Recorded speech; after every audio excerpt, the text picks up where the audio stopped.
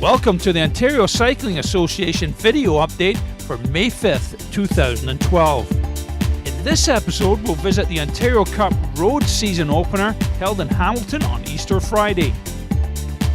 We'll see some of the excitement from the mountain bike cross-country season opener at Mansfield, and we'll have a brief report from the ever-popular 19th annual Paris to Ancaster.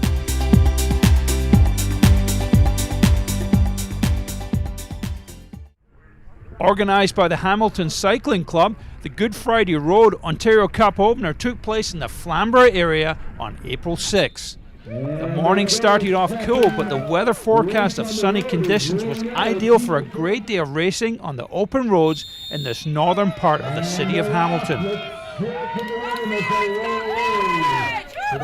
The registered number of racers for the day was strong, and early races went off without a hitch, providing the large crowds with some exciting and entertaining racing on this 18.5 kilometre circuit, which included some of the famous Flamborough drumlins, a name given to small, sharp humps in the terrain.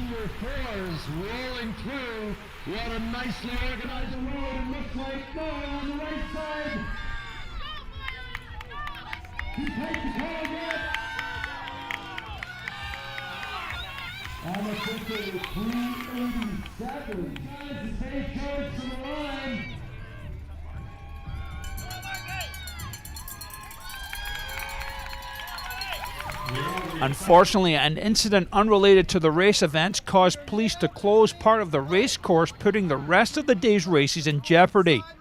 Fortunately, the race organisers, the Ontario Cycling Association officials and police were able to come up with a compromise on an amended course, allowing the races to continue with just a slight delay.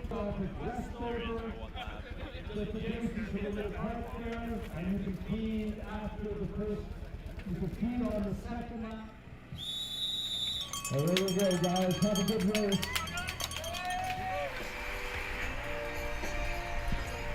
To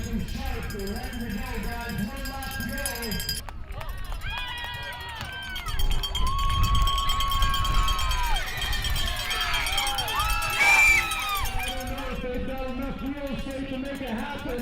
This guy looks free and clear. Let's go for Team CNCH. The women's elite race was a routine affair until a group of 7 riders broke away, providing an entertaining punch sprint at the finish. Julia Bradley of Real Deal Racing La Bicicleta crossed the line in first, just ahead of Susan Palmer-Comer of PK Express. The new course unavoidably ended up with a shorter distance in the men's elite race, but racers didn't seem to mind and were just happy to get the race underway.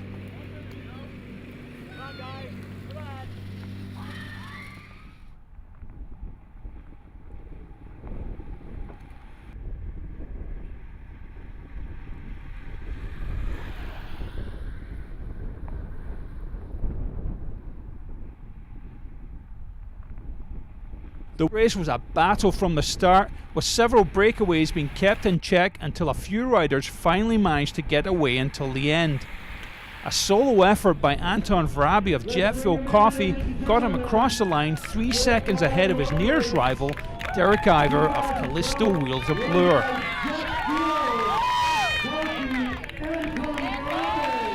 The main peloton followed in a bunch sprint over a minute later. Overall, the day's events produced a lot of entertaining and exciting racing. Thanks to the Hamilton Cycling Club for pulling it off, and congratulations to all the racers making the podium. Throughout the year, the Ontario Cycling Association puts on youth development camps, and on Saturday, May 5th, we visited one of those camps at Harwood Ski and Bike. My name is Mike Garrigan. I'm the endurance coach with Ontario Cycling, and we're just running a cadet camp, we're calling it, but basically it's for all young mountain bikers, and even we've got some road cyclists, and we're having a really good day. Anyway, our goals for the camp are just to have fun, make new friends, and also for me to meet some of the new cyclists that I haven't had a chance to talk to at the races and stuff, so we're just having a good day. We learned about cornering and starting and downhills, and we learned about technical components of mountain biking, like going over logs and picking the right lines on skinnies. And I don't know, just overall it was a really fun time. It was an amazing day, actually. So much fun. It's a great community. We all had a great time, and learning so much here. How to take different jumps, get cornering down good, get over the trails, learn a bit of everything. Student riders have a blast while getting a chance to learn skills and ride alongside some of Ontario's best mountain bike athletes.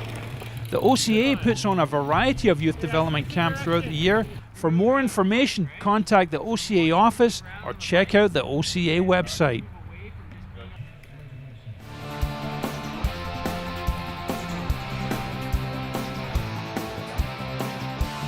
Another season opener took place on April 29th, this time the mountain bike cross country at the Mansfield Outdoor Centre. The Chico Racing crew put on another superb event with about 700 riders showing up to join in the fun.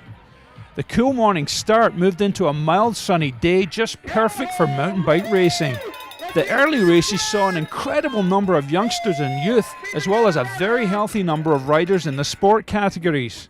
The course was a typical Mansfield offering with superb conditions and a tough, challenging course for the first race of the cross-country season, but every rider could look forward to a refreshing recovery chocolate milk at the finish line.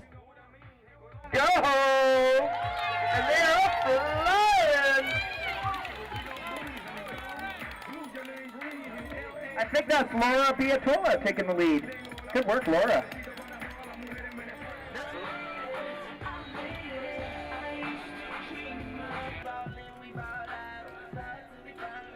Sean felt that this course was too slow.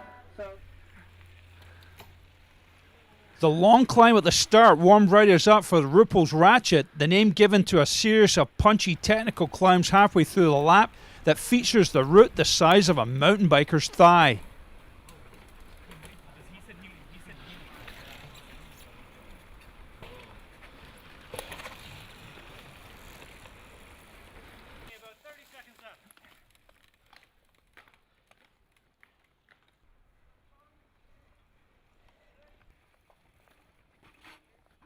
Mike Garrigan puts on a climbing clinic along with Jared Forrest in his very distinctive Kunstad sports outfit, both taking the climb like champs, but by lap 3 some of the faces are giving away how the riders are feeling about Ruppel's Ratchet.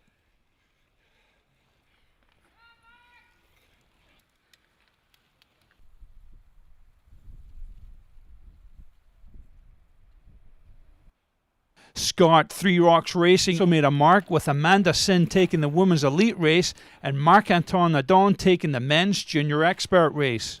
A tough men's elite race saw Evan McNeely of Team Specialized take the top spot in the podium with his first elite Ontario Cup win.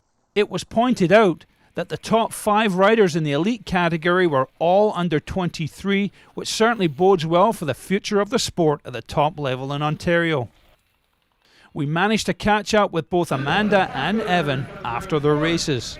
It went well. It started pretty quick, and Cindy took off from the start and had a really strong start, and she was climbing really well on the short, steep little climbs, and she got away. I just didn't feel like I had that punch right at the beginning, and so I just slowly worked my way back up and got a gap, I think, on the second lap, and then just worked my way to the end from there. I've been doing the World Cups. I did the first 2 so far, so I'm going to continue with the rest of the World Cups this season and hopefully World Championships. Start was it was hard because they make you go up that huge climb right off the start, and the plan was to make it hard to simulate a World Cup start because I'm going to Europe in a couple of weeks now. So it started hard. Me, Tyson, and Andrew Lesperance and Stephen Noble were battling for single track, and slowly was able to open it up on some of the punchy climbs here that Mansfield has, and finish the race on my own. Evan McNeely, Stephen Noble, Andrew Lesperance, Tyson Wegler, Daniel Varga, and Preston Wegler. Woohoo! Great job, guys.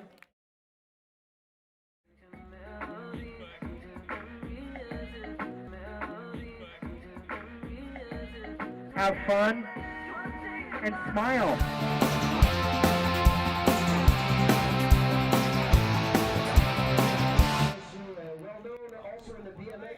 The 19th annual Paris to Ancaster took place on April 15th with top Ontario names such as Mike Garrigan, Mandy Dreyer and Leigh Hobson, and many others who were joined by Aaron Schuller of Alberta and Roger Hammond from the UK.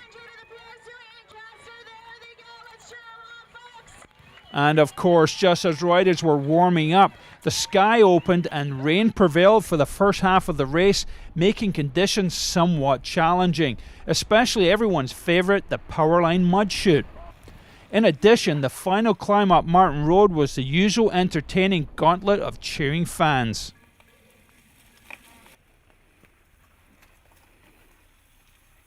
Ontario's very own Mike Garrigan took his third consecutive PTA. Riding in a two-man breakaway for almost the entire race, he fought off Aaron Schuller for the win. Yeah, so the two of us, Aaron and I, went, and then we were working really well together for a while until Aaron had a crash, and I had a moral dilemma whether I should slow down and wait for him or charge on, and then I decided, okay, it's game on. Ontario's Mandy Dreyer worked hard to get her first P2A win in the women's overall, crossing the finish line in 2 hours and 12 minutes. Another fantastic day was had by almost 2,000 riders, thanks to Tim Farrar and John Thorpe for yet another great annual event. Look out for the 30-minute video covering the race available online through the P2A website or CRTV.